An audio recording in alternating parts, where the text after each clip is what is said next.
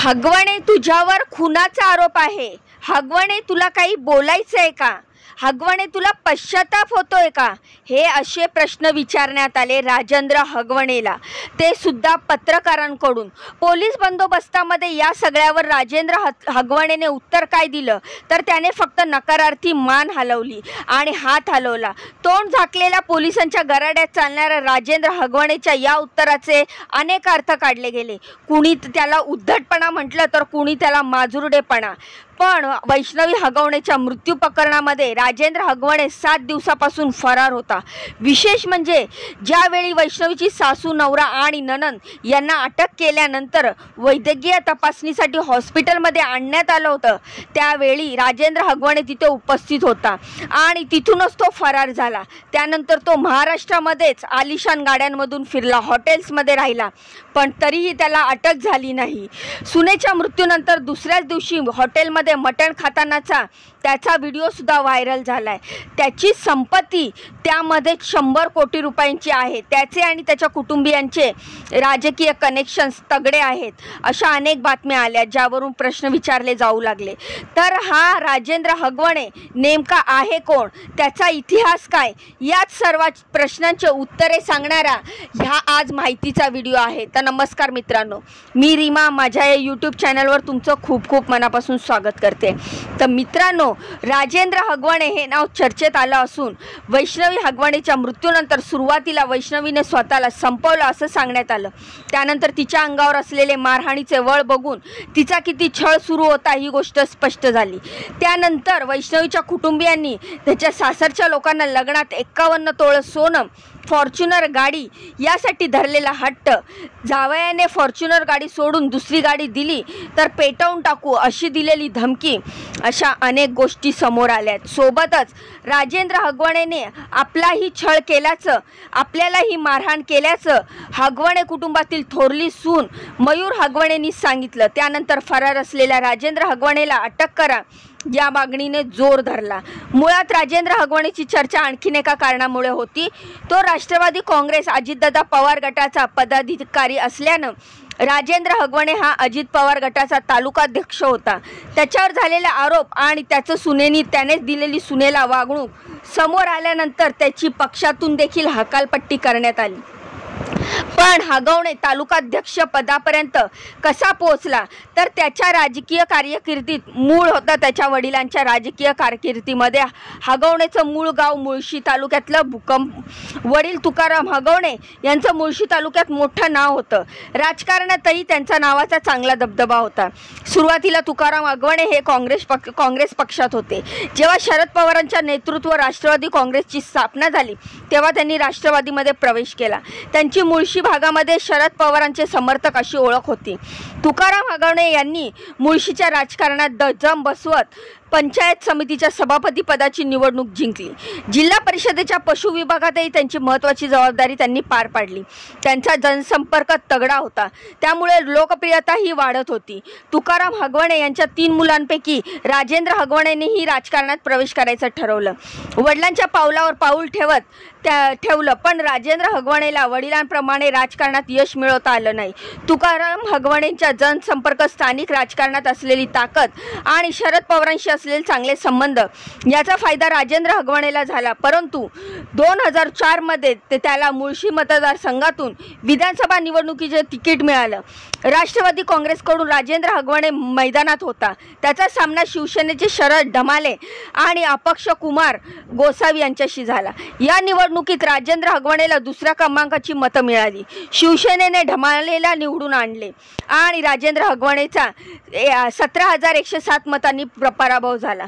विधानसभेमध्ये यश मिळालं नाही, म्हणून राजेंद्र हगवणेने पंचायत समितीची निवडणूक लढवायचं ठरवलं, पण त्यातही राजेंद्र हगवणेच्या पदरी अपयश आलं। आधी राज्य पातळीवर हार, मग तालुका पातळीवर पराभव। राजकारणातील पराभवानंतरही राजेंद्र हगवणे राजकारणातच तिसरा डाव खेळायचं ठरवलं। हा डाव होता ग्रामपंचायत निवडणुकीचा। या निवडणुकीमध्ये स्वतः न उतरता राजेंद्र आपल्या कुटुंबियांना उतरवायचं ठरवलं। माध्यमांमध्ये असलेल्या बातमीनुसार 2015च्या आसपास भूकंप गावात ग्रामपंचायत निवडणुका लागणार होत्या। त्यावेळी हगवणे स्वतः ग्रामपंचायत निवडणुकीला उभा न राहता त्याच्या भावाला निवडणुकीसाठी त्याने तयार केलं। राजेंद्र हगवणेचे बंधू संजय हगवणे ग्रामपंचायत निवडणुकीसाठी उभे राहिले। हुकुम गावात तुकाराम हगवणेचा मोठा प्रभाव होता। व्यावसायिक ताकद सुद्धा चांगली होती, पण तरी सुद्धा ग्रामपंचायत निवडणूक जिंकणं राजेंद्र हगवणेला जमलं नाही। पुढच्या ग्रामपंचायत निवडणुकीला बायको लताला उभं केलं, पण इथेही राजेंद्रचा पराभव झाला। साधी ग्रामपंचायतीची निवडणूक सुद्धा जिंकता आली नाही। राजकारणामध्ये विधानसभा, पंचायत समिती, PDCC बँक, ग्रामपंचायत निवडणुका यामध्ये कुठेही राजेंद्र हगवणे स्वतःचं नाव त्यांना कोरता आलं नाही। वडिलांचा राजकीय बळ, राष्ट्रवादीच्या सुरुवातीच्या काळात असलेला जोर, तरीही त्याला राजकीय यश मिळवता आलं नाही। अगदी स्वतःच्या भावाला आणि बायकोला निवडून आणता आलं नाही आणि त्याच्या राष्ट्रवादीमधल्या नेत्यांशी कायम चांगले संबंध राहिले। शरद पवार, अजित पवार, सुप्रिया सुळे यांच्यासोबत त्यांचे आणि त्यांच्या कुटुंबियाचे फोटो अनेकदा व्हायरल झाले। राष्ट्रवादीमध्ये फूट पडल्यानंतर त्यांना अजित पवारची साथ दिली। त्याला आणि त्याचा थोरला मुलगा सुशील हगवणेला राष्ट्रवादीमध्ये पद सुद्धा मिळालं। आता राजकीय दबदबा नसला तरी भूकंप गावामध्ये त्यांचं वजन होतं। गावकऱ्यांशी, काही माध्यमांशी बोलताना राजेंद्र हगवणेची संपत्ती 100 कोटीच्या आसपास असेल असा अंदाज लावला गेला। राजेंद्र हगवणे नक्की किती श्रीमंत आहे या चर्चेने जोर धरला। काही गावकऱ्यांनी माध्यमांना दिलेल्या माहितीनुसार वडील तुकाराम हगवणे यांच्या कृपेने हगवणे कुटुंबाला बरीच श्रीमंत प्राप्त झाली। जमीन, बंगला, गाड्या, बिझनेस हे सगळं वडिलोपार्जित मिळालेलं धन होतं। राजेंद्र हगवणेच्या नावावर मोठ्या प्रमाणात जमीन आहे। मुळशीमध्ये MIDC आणि IT पार्कमुळे सुरुवातीपासूनच जमीन हिला चांगला भाव आहे। त्यात हगवणेंची जमीन ही रोडटच आहे। जमिनीचा भाव एकराला काही कोटीपर्यंत सहज असेल, कारण आजूबाजूला जमिनी गुंठ्याला 20-30 लाख रुपयाला जात असल्याचं राजेंद्रची संपत्ती 100 कोटीच्या आसपास असेल असा दावा काही गावकऱ्यांकडून करण्यात येतोय। फक्त जमिनीच नाही तर शेत, खोदकाम, पोकलँड, JCB, डंपर अशा गोष्टी आहेत। परंतु हगवणे कुटुंब गडगंज श्रीमंत असल्याचं सांगण्यात येतंय। माध्यमांशी बोलताना भूकुम गावच्या गावकऱ्यांनी राजेंद्र हगवणेची सून आणि शशांक दोन्ही मुलं गावात बंदुका घेऊन फिरायचे। त्यांच्याकडे बंदुकीचं लायसन होतं। सुरुवातीला वैष्णवीच्या वडिलांचा लग्नाला विरोध होता। त्यांनी वैष्णवीसाठी 2 स्थळं पाहिली होती, पण त्या स्थळांना हगवणे कुटुंबानं बंदुकीचा धाक दाखवला असे आरोप गावकऱ्यांनी केले आहेत। राजेंद्र हगवणे दोन्ही मुलांना म्हणजे शशांक आणि सुशील यांना जिल्हा परिषदेची निवडणूक लढण्याची इच्छा होती। त्यासाठी त्यांनी तयारी सुद्धा सुरू केली होती अशी माहिती काही लोकांनी माध्यमांशी बोलताना दिली आहे। सोबतच सोशल मीडियावर एक व्हिडिओ व्हायरल होतोय ज्यामध्ये शशांक हगवणेचा मांडवटाळा कार्यक्रमामध्ये गौतमी पाटील एका बैलापुढे नाचत आहे आणि त्याच्या मागे असलेल्या LED वर शशांक हगवणेचा फोटो आणि 2024 असं लिहिलेलं दिसत आहे। साहजिकच प्रश्न असा उभा राहतो की एवढी श्रीमंती असूनही हगवणे कुटुंबियांनी वैष्णवीच्या कुटुंबाकडे 51 तोळ सोनं, फॉर्च्युनर गाडी, चांदीच्या गौरी अशा गोष्टी नेमक्या का मागितल्या? जर हगवणे कुटुंबियांच्या नावावर एवढी महागडी जमीन असेल तर शशांक हगवणेने जमीन विकत घेण्यासाठी 2 कोटी मिळावेत असा तगादा वैष्णवीच्या वडिलांकडे का लावला होता? कारण हेच 2 कोटी न मिळाल्यामुळे वैष्णवीचा छळ झाला। तिला अमानुष त्रास सहन करावा लागला, जे तिच्या मृत्यूचं कारण ठरलं। राजेंद्र हगवणे फरार असतानाही आलिशान गार्डनमधून फिरला, महागड्या हॉटेल्समध्ये राहिला। आता फक्त राजेंद्रच नाही तर त्याचं सगळं कुटुंबच तुरुंगात आहे।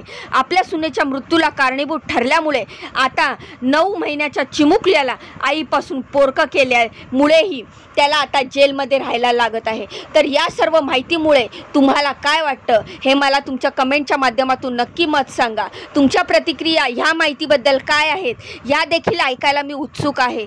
तर मित्रांनो, भेटूया पुढच्या माहितीमध्ये अशीच दमदार लेटेस्ट अपडेट घेऊन। तोपर्यंत स्वतःची काळजी घ्या। बाय बाय आणि नमस्कार।